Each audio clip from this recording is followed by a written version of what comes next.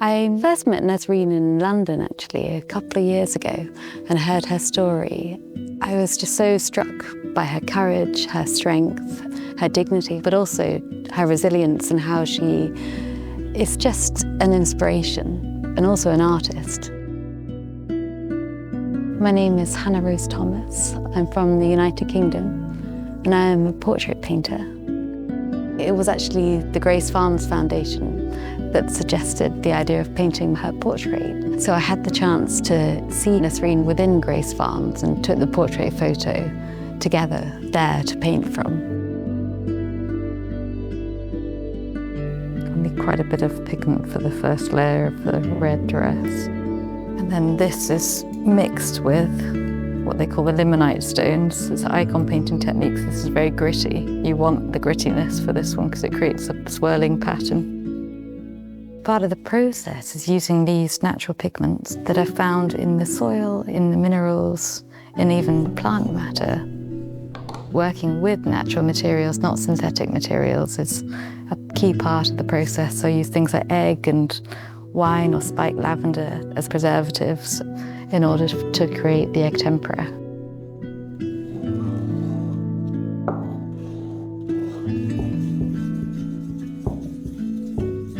And even just the process of preparing paints traditionally takes time, and the ritualistic process of preparing paint, I think it prepares your heart and mind for the painting and kind of stills you and slows you. And the layering process does that as well. You can't rush. It's not a process you can do in a hurry, I think. Yeah. This final pose that I captured, the wind just rustled through and her shawl just fell across her in this kind of dramatic line of beautiful embellished colour. And the strong, bold red of her dress contrasted it so beautifully, and she was just standing there staring into the distance, hand on heart, and it was just, the pose was so strong and so powerful. I just knew as soon as I took that photo that that was the one I'd be painting from, and it was right at the very end.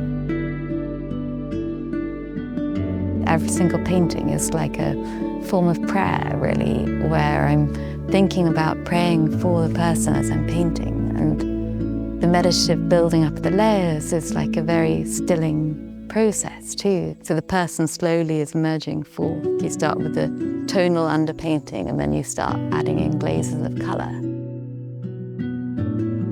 For me, it's the eyes that are the most important part. And so my smallest brushstrokes are always around the eyes, and that is where you capture that sense of someone. And the slightest brushstroke can change an expression entirely. So you can suddenly lose a glimpse of someone if you overwork it. So knowing when to stop is also very key as well. Working with natural pigments, but also with egg or oils, you're connected to your paint in a way that's very different to if you're working with paint from a tube. I think knowing the story of your paints, where they've come from, just like when talking about Nasreen, knowing the story of your clothes and who made them, these are really important things for us to know and feel connected to and aware of.